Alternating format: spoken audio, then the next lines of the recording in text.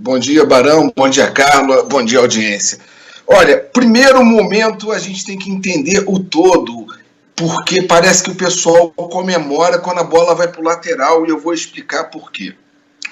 Primeiro momento que você olha o Twitter, você teve cerca de 2,5 milhões de mensagens após a reação do presidente, sendo que 85%, 87% negativa, que daria mais ou menos de 2,5 milhões, 2,1 milhões eram negativos, Barão. Ok.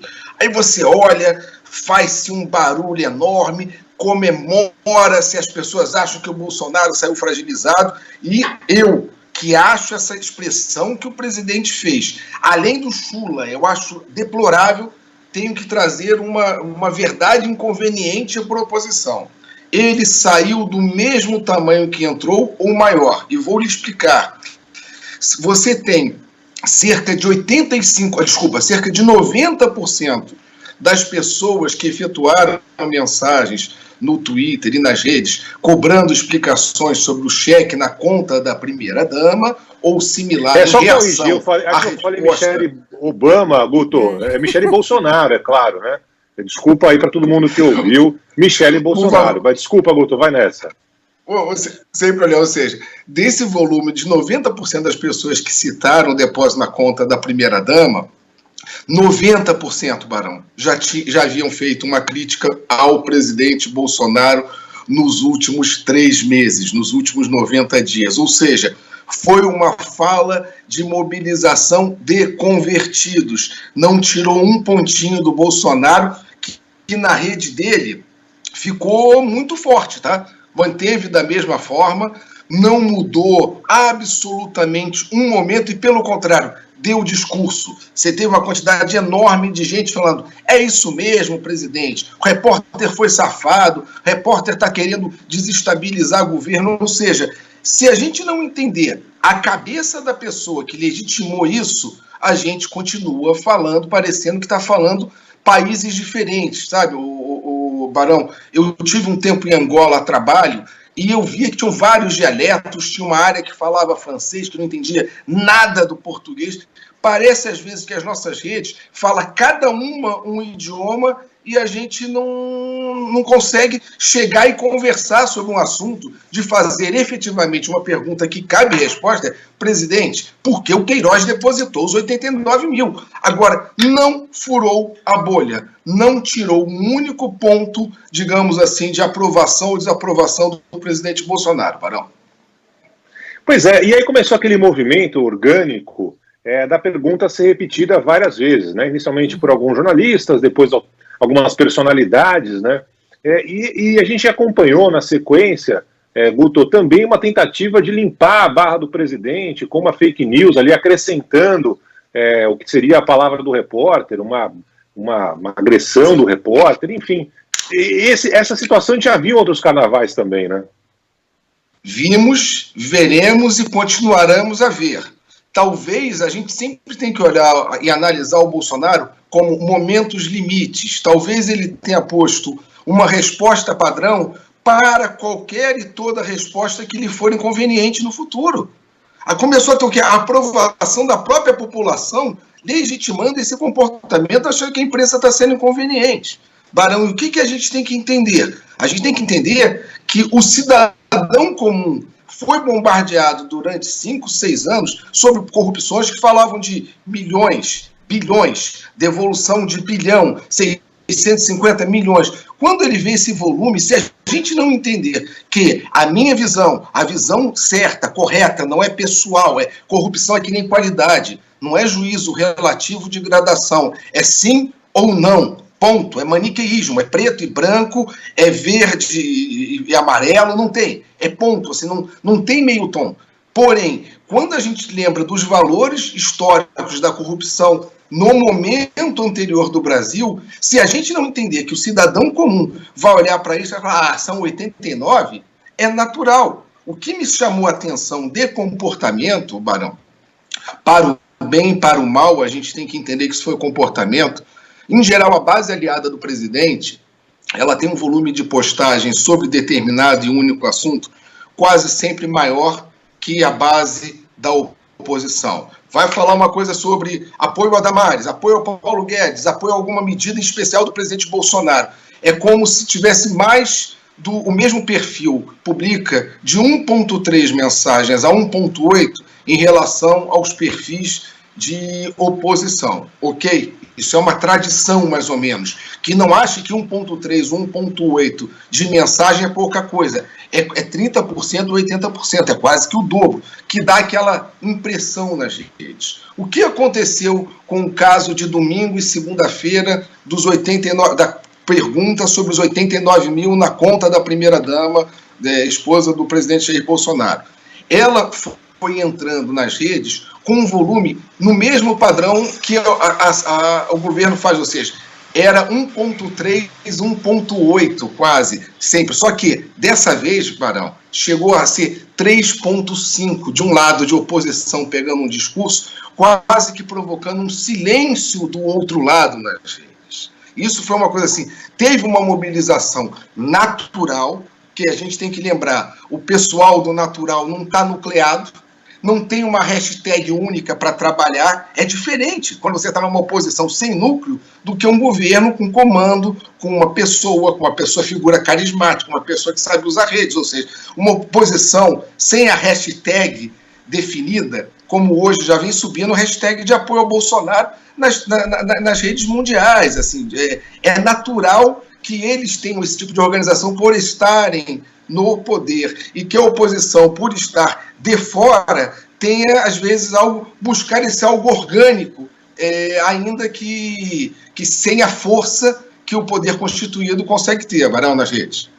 Guto, algo que me chamou a atenção foi o seguinte: em outras situações, a gente tem a exposição do nome dos jornalistas envolvidos, né, nessas situações, e esses jornalistas acabam sendo alvo de difamação, de campanhas muito agressivas, né, de intimidação pela internet. A gente tem o exemplo da Patrícia Campos Mello, que inclusive lançou um livro recentemente, A Máquina do Ódio, contando essa experiência dela depois de publicar reportagens sobre disparo em massa, né, de mensagens pelo WhatsApp. Eu queria saber de você como é que funciona, né, esse mecanismo de difamação e de intimidação pela internet e simplesmente o fato de não divulgar o nome desse jornalista, desse repórter, pelo jeito ajudou bastante, né, a frear esse comportamento.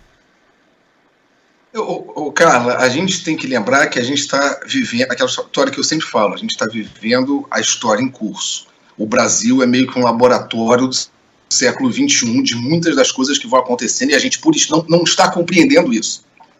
Eu uso essa frase para redes sociais e veio o Covid e só demonstrou um pouco isso. Brasil é laboratório do século XXI. O que a gente tem que compreender? Esse tipo de difamação maciça e massiva, usando ou meia-verdade ou mentira, mas de forma agressiva, ele continuará, Carla. Ele continuará, ouvinte, ele continuará, Barão. Não existe hoje uma forma de você frear uma coisa chamada ódio. É diferente. E o ódio, quando vem estruturado, sobretudo quando vai para a política, a gente vai ter que aprender a conviver. Agora, como funciona? Da seguinte forma, Carla. Eu mando um WhatsApp para uma rede falando, olha o que essa jornalista está falando aqui. Em seguida, mando uma matéria falsa, que seja, colada, e falo, compartilhe nas suas redes. E eu dou para aquela pessoa que recebeu essa mensagem, Carla, uma missão. É um panorama muito parecido com as torcidas organizadas, como estrutura. Você pega aquele menino que tinha um pouco poder, que é um estafeta interno dentro de uma empresa, ou um office boy, ele quando vai para uma torcida organizada, ele ganha uma estrutura, ele ganha uma condecoração de ombro, ele ganha um poder. As redes sociais de WhatsApp, de ódio, elas funcionam um pouco assim. Eu passo para você como sendo um objetivo de você fazer, olha, você está fazendo algo pelo bem do país. E como eu acredito nisso, a pessoa vai e compartilha. Ou seja, como eu vou conseguir frear esse ímpeto, se é um ímpeto que está diagnosticado dentro do ser humano, mas eu posso evitar que o poder... Não, gente, a gente às vezes fica tentando enxugar gelo sem entender o que está dentro da essência humana. É algo que a gente vai ter que, literalmente, aprender a conviver e criar ferramentas que segurem um pouco isso, fato. Guto, Como conversar, então, com essas pessoas, com as pessoas que se alimentam do ódio, com as pessoas que concordaram com essa fala do presidente do vontade de encher sua boca de porrada? Ah, Carla, primeiro a gente tem que começar a compreender. Eu vou dar um exemplo básico usando um pouco futebol. Eu vou querer criticar o Fernando Diniz no comando do clube ou o Leco na administração. Ok, para eu falar com um Barão, que é São Paulino, se eu iniciar a frase falando Rogério Ceni foi um frangueiro, ele vai armar todas as formas que ele possa, porque eu contrariei uma crença.